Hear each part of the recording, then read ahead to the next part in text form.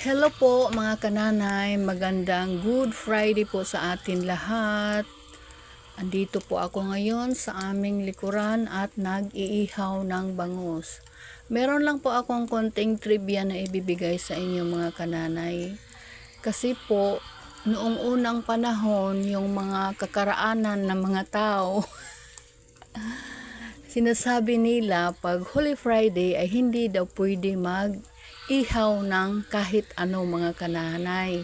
Dahil iipekto daw po ito sa mukha natin, yung kulay brown, tawag sa amin dito ay taumtom. Kung sa English naman ay melasma po, yung pantal na brown sa mukha.